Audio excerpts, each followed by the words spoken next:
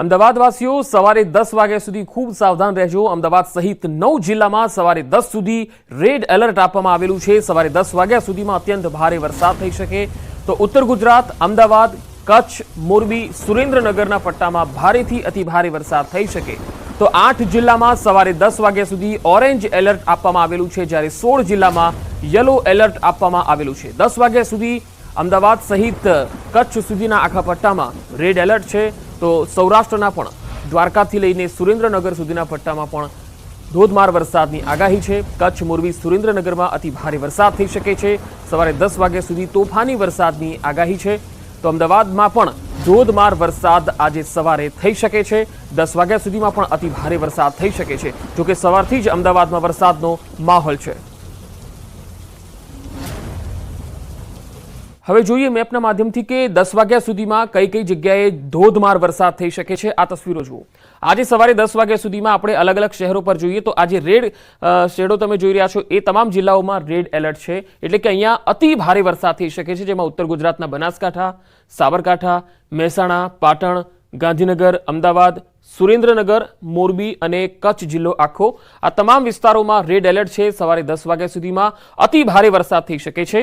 હવે જે orange alert આપવામાં આવેલું છે એ જિલ્લાઓના નામ લઈશ તો એમાં બોટાદ, રાજકોટ, જામનગર અને દ્વારકા, એટલે કે દ્વારકાથી લઈને બોટાદ સુધીનો જે આખો પટ્ટો છે એમાં ઓરેન્જ એલર્ટ છે। મધ્ય ગુજરાતમાં અરવલ્લી, ખેડા અને આણંદ આ તમામ 3 જિલ્લા જે છે એમાં પણ આજે ઓરેન્જ એલર્ટ છે વરસાદનું। 10 વાગ્યા સુધીમાં ધોધમાર વરસાદ આ વિસ્તારમાં આવી શકે છે। બાકીના જે તમામ વિસ્તારો તમે જોઈ શકો છો એ યલો એલર્ટ છે। મહીસાગર, પંચમહાલ, દાહોદ, છોટાઉદેપુર, વડોદરા, ભરૂચ, નર્મદા, સુરત, તાપી, નવસારી, ડાંગ આ તમામ વિસ્તારોમાં યલો એલર્ટ છે, જ્યારે દક્ષિણનો એકમાત્ર વલસાડ અને દમણ આ બંને વિસ્તારોમાં ઓરેન્જ એલર્ટ આપવામાં આવેલું છે। તો આખા રાજ્યમાં ધોધમાર વરસાદ થઈ શકે છે। ઓરેન્જ એલર્ટ અને યલો એલર્ટ અને સાથે રેડ એલર્ટ છે। 6 થી 8 માં 71 તાલુકામાં વરસાદ થયો છે, જેમાં 2 કલાકમાં સૌથી વધુ પાટણના સરસ્વતી તાલુકામાં 2.4 ઇંચ એટલે કે લગભગ 2.5 ઇંચ જેટલો વરસાદ થઈ ગયો છે। ખંભાળિયામાં 2 ઇંચ વરસાદ થયો છે। ખેડામાં 1.6 ઇંચ વરસાદ થયો છે, જ્યારે પાટણમાં 1.5 ઇંચ વરસાદ થયો છે। બેચરાજી અને કાલાવડમાં 1.5 ઇંચ વરસાદ થયો છે। 2 કલાકમાં 7 તાલુકામાં 1 ઇંચ કરતાં પણ વધુ વરસાદ જોવા મળ્યો છે। તો વરસાદને લઈને હવામાન વિભાગે આગાહી કરી છે કે બનાસકાંઠા, પાટણમાં ભારે વરસાદ થઈ શકે છે। સાબરકાંઠા, વલસાડ અને તાપીમાં પણ ભારે વરસાદની વકી છે। દમણ અને દાદરા નગર હવેલીમાં પણ ભારે વરસાદ થઈ શકે। આજે સૌરાષ્ટ્રના વિસ્તારોમાં ભારે વરસાદની આગાહી છે। સૌરાષ્ટ્રના તમામ જિલ્લામાં પડી શકે છે વરસાદ।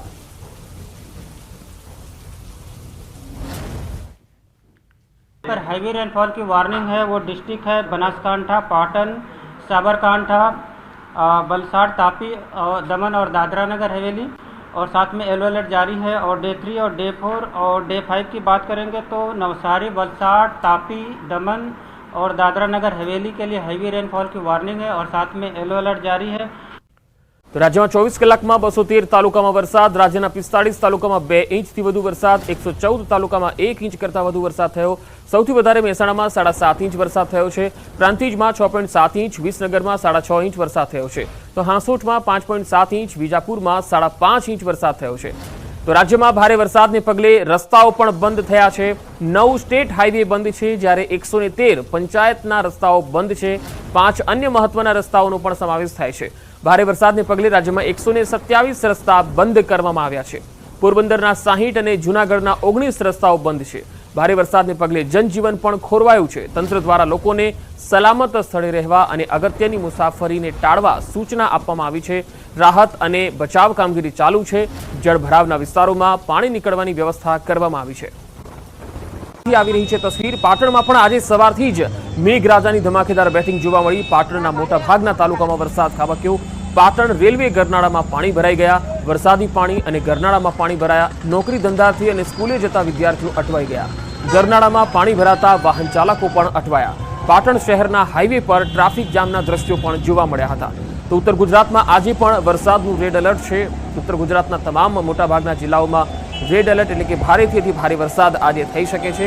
રેલવે ગરનાળાથી આ તસવીરો આવી રહી છે। એક્સક્લુઝિવ તસવીરો આપને બતાવી રહ્યા છીએ, કારણ કે આ જે ગરનાળું છે ત્યાંથી મોટા ભાગે ટ્રાફિક વ્યવહાર છે એ અહીંયાથી સંચાલિત થતો હોય છે। પાટણ જિલ્લામાં સવારે 10 વાગ્યા સુધી રેડ એલર્ટ છે। જિલ્લામાં બીજા દિવસની પણ વરસાદી માહોલ છે। જિલ્લામાં વહેલી સવારથી જ વરસાદ જામ્યો છે। પાટણ, સિદ્ધપુર, સાંતલપુર, શંખેશ્વર અને સમી સહિતના તમામ વિસ્તારોમાં વરસાદ પડી રહ્યો છે। જિલ્લામાં ક્યાંક ધીમી ધારે પડી રહ્યો છે તો ક્યાંક મધ્યમ વરસાદ છે। વરસાદી માહોલથી ખેડૂતોમાં આનંદની લાગણી જોવા મળી રહી છે। તો બે અલગ અલગ તસવીરો આપને બતાવી રહ્યા છે। એક્સક્લુઝિવ તસવીરો ગરનાળાથી આવી રહી છે। ફોનલાઈન પર જોડાયા છે સંવાદદાતા અશરફ જટ।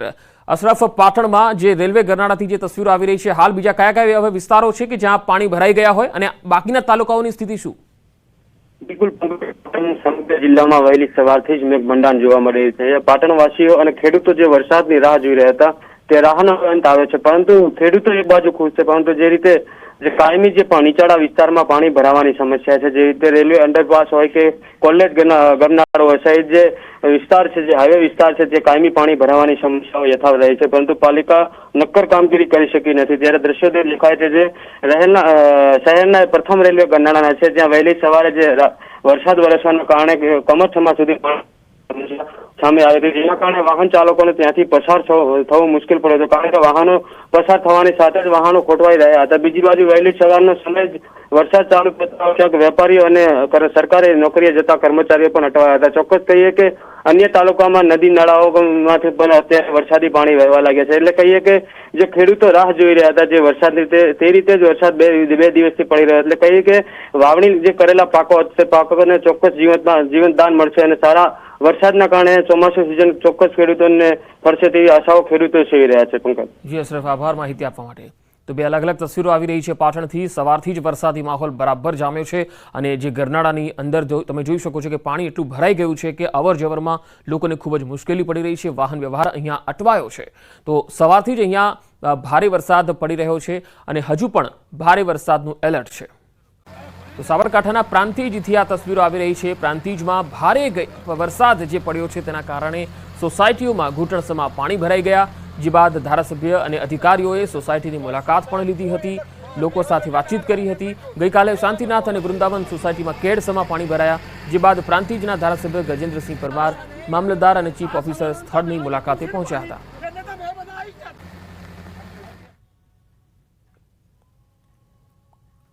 તો સાબરકાંઠાના હિંમતનગરમાં પડેલા ધોધમાર વરસાદને પગલે વેપારીઓને ભારે નુકસાન વેઠવાનો વારો આવ્યો।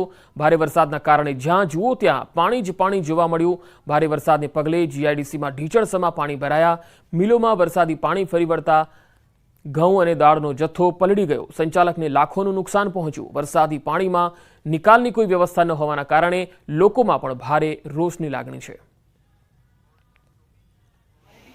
તમે જોઈ શકો છો જીઆરયુ કેટલું પાણી ભરાઈ ગયું છે।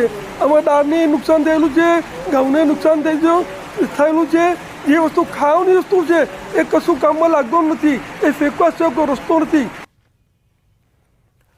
સાબરકાંઠાના હિંમતનગરમાં ભારે વરસાદને પગલે હાથમતી નદીમાં નવા નીરની આવક થઈ છે। કુંપ, હમીરગઢ, જાંબુડી જતા રસ્તા પર વરસાદી પાણી ફરી વળ્યા। કોઝવે પર પાણી ભરાઈ જતા અવર જવર બંધ કરવાની નોબત આવી। વાહન ચાલકો, સ્થાનિકો અને ખેડૂતોને હાલાકીનો સામનો કરવો પડી રહ્યો છે।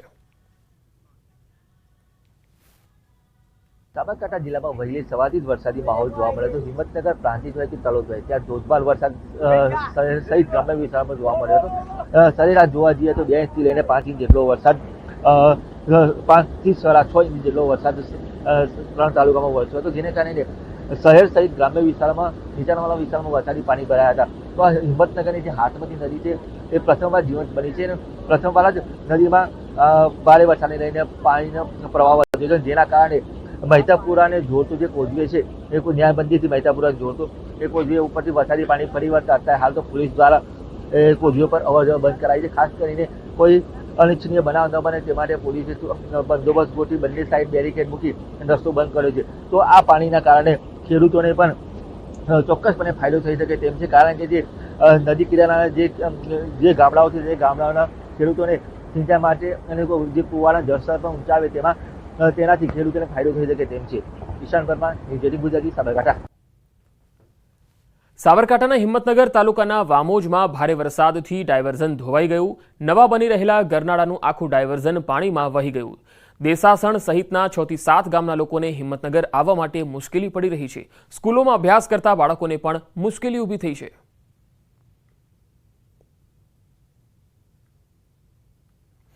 સાબરકાંઠા જિલ્લામાં સોમવારે મેઘરાજાની તોફાની બેટિંગ જોવા મળી। હિંમતનગર અને પ્રાંતિજમાં સૌથી વધારે વરસાદ થયો।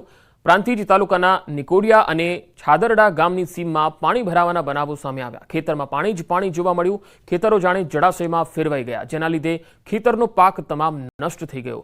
નિકોડિયા સહિતના ગામોમાં પસાર થતી નદીના કારણે આ પરિસ્થિતિનું નિર્માણ થયું। ખેડૂતોને બેવડો માર પડ્યો। વાવેતરનો ખર્ચો માથે પડતા ખેડૂતોની હાલત કફોડી બની। ત્યારે તંત્ર સર્વે કરી સહાય આપે તેવી ખેડૂતોને આશા છે। છાદરા અને નિકોડિયાના ખેતરો બોટ બની ગઈ છે, તેમના પાકનો પણ ભરપૂર નુકસાન છે।